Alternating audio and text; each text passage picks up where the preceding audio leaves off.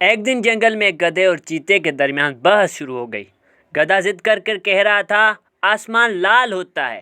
چیتا اسے بار بار سمجھاتا رہا، نہیں گدھے، آسمان لال نہیں بلکہ نیلا ہوتا ہے، مگر گدھا اپنی ضد پر اڑا رہا۔ آخر کار چیتا تنگ آ گیا اور بولا، چلو ہم دونوں فیصلہ جنگل کے بادشاہ شیر سے کرواتے ہیں۔ دونوں شیر کے پاس پہنچے۔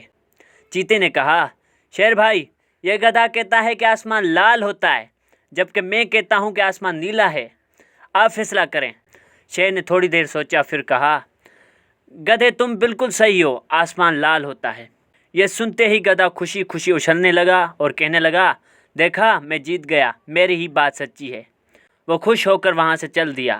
جب گدھا چلا گیا تو چیتا حیران ہو کر بولا، شیر بھائی، آپ نے اسے صحیح کیوں کہا؟ آپ جانتے ہیں کہ آسمان نیلا ہے، لال نہیں۔ شیر مسکرا کر بولا، چیتے، تمہاری بات درست ہے، آسمان واقعی نیلا ہے، لیکن گدھا کسی کی بات ماننے والا نہیں۔ اگر میں اسے غلط کہتا تو وہ اور ضد کرتا۔ ایسے بیوقوف سے بحث کرنا صرف وقت ضائع کرنا ہے، اس لیے میں نے اسے صحیح کہہ دیا تاکہ وہ خوشی خوشی چلا جائے۔